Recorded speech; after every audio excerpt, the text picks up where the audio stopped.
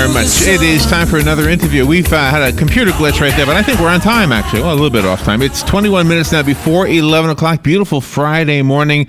And on the phone is Dr. Nancy Davidson. She is a clinical psychologist. She's the founder of Couples Therapy, an inspirational speaker, the former director of a battered women's shelter, and she's a trainer of law enforcement personnel as well as medical personnel. And she's written a book. It's called The Secrets of Lost Cats. I love that title, Robin. And then the subtitle, One Woman, 20 Posters, and a New Understanding of Love. Good morning, Dr. Nancy Davidson. Good morning, Doctor. Hi. Thank you for having me. You're welcome. Where are you? Where are you calling from? Right now I'm in Connecticut. Oh, Connecticut. See, I used to go to Connecticut when I was a kid. I had family up there. I lived on Long Island at the time. Oh, on the shore. I lived, where did I live? I lived in Merrick on the South Shore of Long Island. Oh, where Jerry Seinfeld's from. Very close to Jerry Seinfeld's area, yeah. So tell me about the book. What do you mean by The Secrets of Lost Cats? Well, it's a journey. I lost my cat, and then I wondered how other lost cat owners found their cats. And I called up owners over a number of years from Alaska to Amsterdam. And I discovered the process that people go through when they lose something they love, whether it's a person, a cat, or even parts of themselves. And so The Secrets of Lost Cats starts out on one level, which is how do you find your missing cat and where are they? Right. And then it spawned into a larger theme about how do we search for anything that we've lost and what will we risk for love. Oh, wow. I love the profoundness, I think that's a word, of losing parts of yourself. That's pretty profound. I guess we all lose parts of ourselves. And, I lost a cat. I lost a cat, and the cat went back to the house I moved from. Oh, that is common. How far away was it? It was maybe a mile. I didn't move that far away. And somebody had said maybe the cat went home because it doesn't know this is home. And I went there, and sure enough, the cat was there. Oh, yes. I love those stories. And, and when you attach it to the profound part of what you're talking about, gosh, that's a tough one, Like when we're parents and our children leave the nest, so to speak. Yeah. I mean, we go through, I don't know if every parent does, but I went through this. I had this horrible lonely feeling, you know what I mean? Like an empty feeling. So there was a part of myself that left. Now I knew where to find him, but there's no way to find the little boy because he's now a man. Exactly. See, when I started out, I was just Nancy, the lost cat owner, looking for my cat Zach. And I had a lot of hilarious events occur while looking for him. And I wondered, how did other lost cat owners handle it? Did they laugh at themselves? Did they run after every strange clue? But as the years went on and I talked to more and more owners, I realized that they were facing loss in general. What was their history of loss? Had they been successful in the past finding someone or something that they had lost? I had a client who came in and said to me, my father's gone, at the initial consultation. And I said, geez, I'm sorry, he died. I said, when did this happen? And she says, no, he's missing. Literally. Wow. Oh, wow. She had a private detective on trying to find her father. And I had just had a case where a cat had gone missing, and I had asked the owner, how are you handling it? And he said, I think my cat Muffin's been taken in, and he's safe and loved with another family. Wow. What's really amazing about your story is that you have to write about this from both perspectives. One as a human caring, and the other as an analyst, because you have to be able to be there for the other people, but then you still have to have that human element involved. Yes, exactly. And I'll throw in a third party. Nancy, the frantic cat owner, who's, commiserating with other owners. And then there's Nancy Drew, my alter ego, because she has my initials, who became the cat poster sleuth, who wanted to know who were the people putting up the cat posters. Oh, that's right. And the outcome of the story. Then I started talking with them, and I became Dr. Nancy because I couldn't help but, empathize and understand some of the emotional crises that they were experiencing. Whenever we lose something that we know we'll never find again, I guess we have faith that we will if we believe in heaven. Or maybe we lost something that we'll never get back again. Maybe it's a wife, husband who left you for divorce, whatever, and that's never coming back. Or when a child grows up, I mean, they're still there, but that childhood is no longer there. We all, I guess, have to learn how to let go.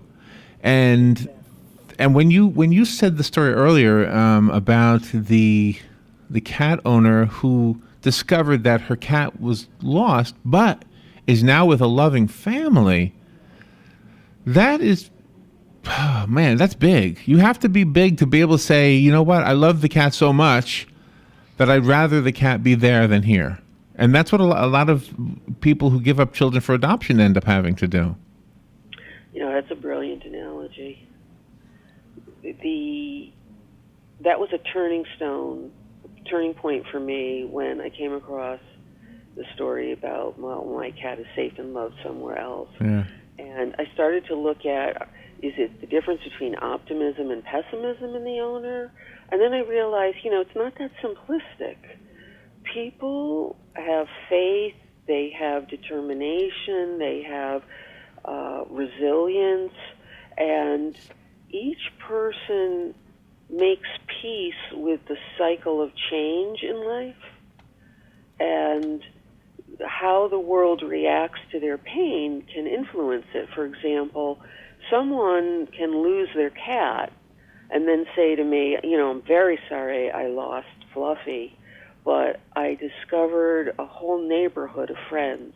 People came forward and helped me look, and I'm new to the neighborhood. I had another woman in New York say, I recovered my cat, but I want to move out of my apartment building because my neighbors were very mean. And they withheld information from me as that's to where not the good. cat was. Yeah. So you can find and you can lose simultaneously. And it led me in the book to examine the nature of happiness and suffering and courage and the nature of love. So when Go ahead. No, well, I didn't mean to interrupt you right there, Doctor. But I'm looking at your profile here, and your work with the battered women's shelter comes to mind. And a battered woman, I'm guessing, is most often battered by somebody who she once loved. Mm-hmm. And now that's dissolved, and this person is battering her, and that love is gone. And so it's like the lost cat that'll never come back. Now is the cat lost, but the cat became, Godzilla or something in this analogy here. So you have to let go of that too.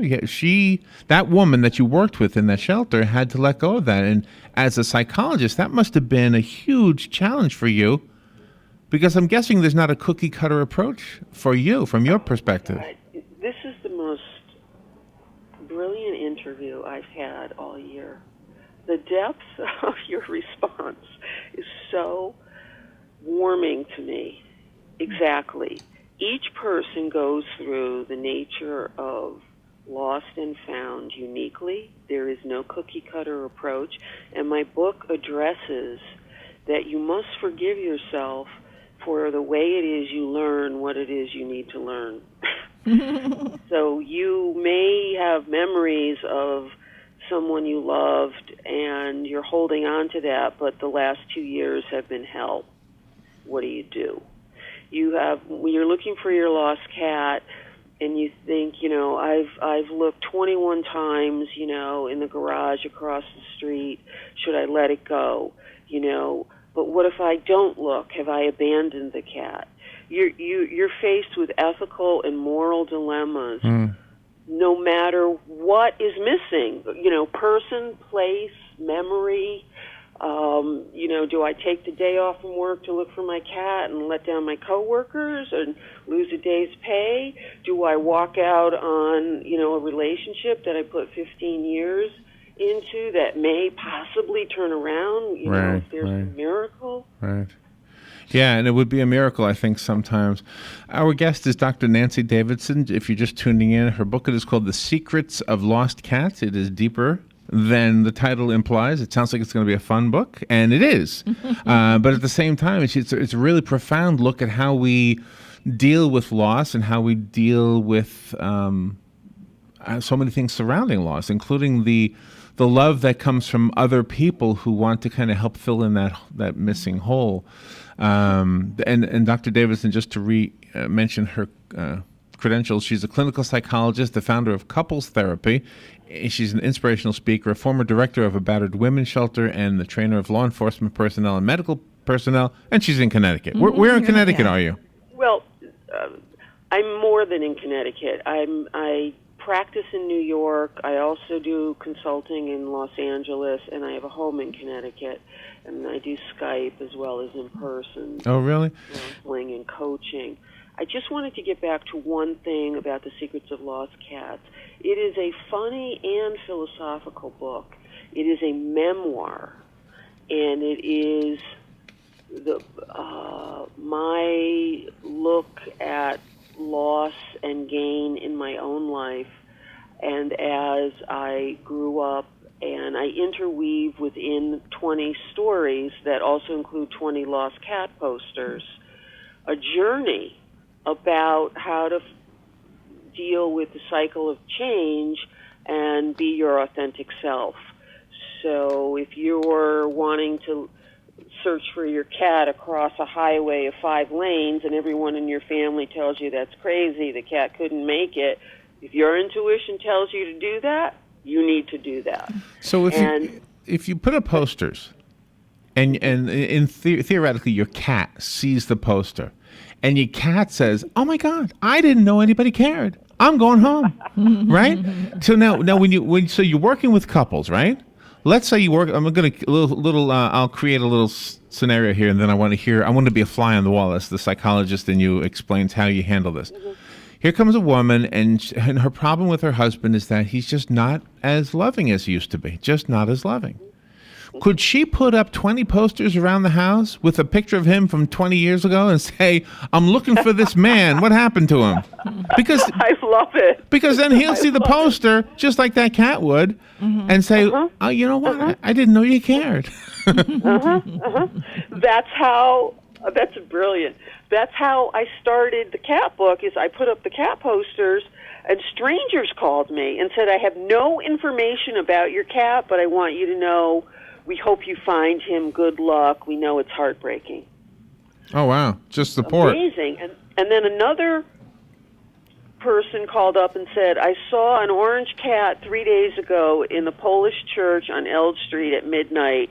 He was wild and snarly, and I hope this helps you." And they hang up. And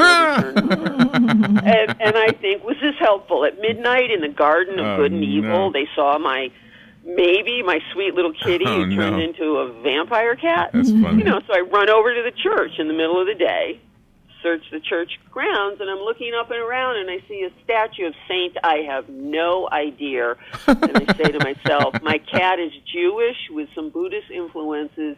He is so not here on the church ground. That's funny. Sometimes people will lose their cat. They will physically see that the cat is dead. They'll bury it, and then they go through a period of mourning, and then somebody else will give them a kitten. Yeah. Is it good for them to accept that kitten? Should they raise that kitten like with the own kitten's personality, or do they sometimes try to turn that kitten into their previous cat? I think it depends upon when you receive a kitten after your own cat has died. I don't think you should duplicate. Like if you had a black cat, I hope someone doesn't give them a little black kitten, so that you can relate to the kitten's own personality. I think it's a question of when you can open your heart, and each cat owner can decide. They might say, I'm not ready for another kitten. and another one might say, you know what, fate gave me this kitten, and I'm going to love it.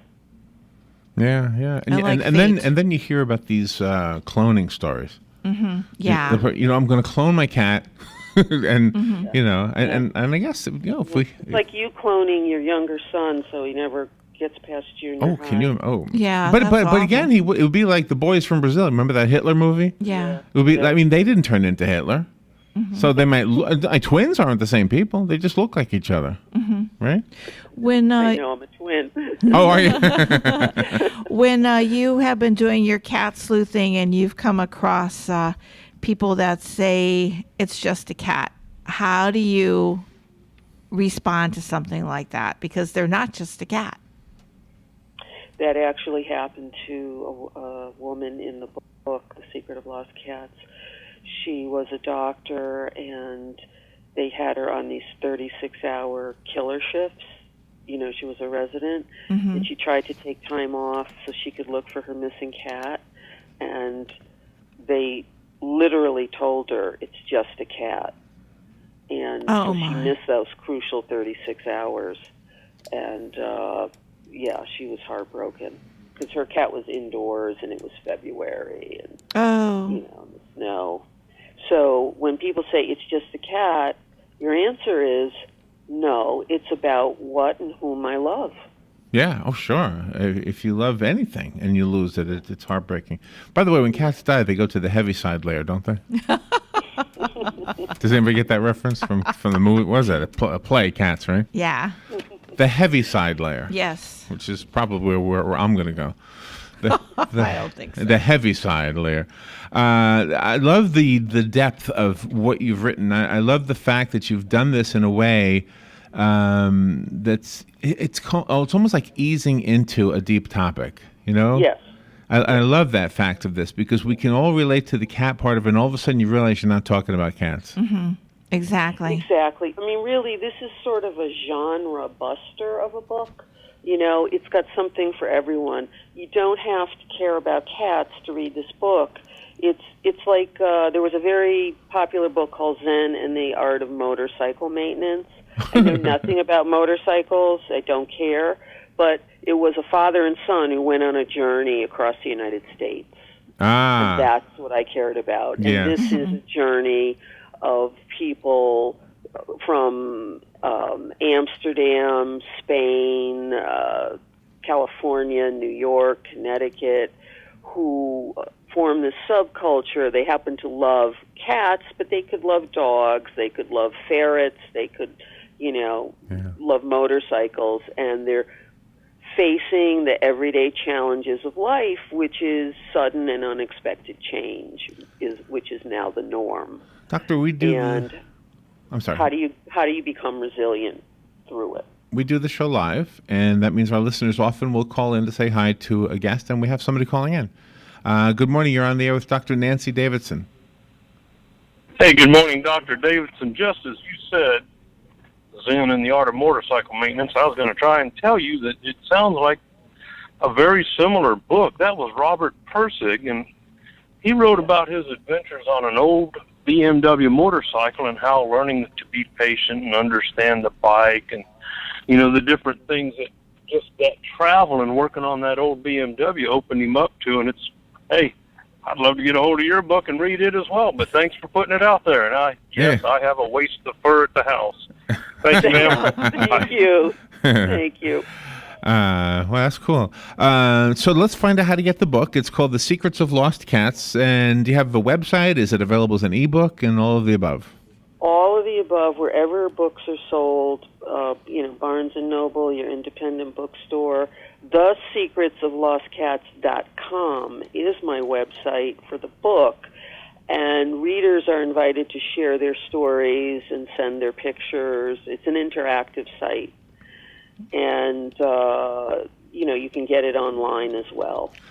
And you do Nancy Drew proud because I love those books and I read them all growing up. And, boy, she was one of the best. And she has got to admire you. Believe me, you're incredible with all the work that you do. Thank you so much. Fun. I want to say fun interview. I guess that applies. It was fun, but it was also just such a good interview. I just love this type of conversation, Doctor. You are welcome back anytime. Thank you so much for being on the air with us today. Happy to come back. Thank you. And if you're ever in Florida, come into the studio. We got beautiful new studio right here at the local mall. I went to University of Miami. Yay! Well, Go Hurricanes. I'm a local girl. Go Hurricanes. That's good enough. That's good enough. Oh, I'm looking at you right now. I just went to your website. Oh, you're a pretty lady. Thank you, Doctor. Thank you for being with us today. Take care. See, I always stoop to the superficial. You're pretty. I always stoop to that, don't I? I'll take it.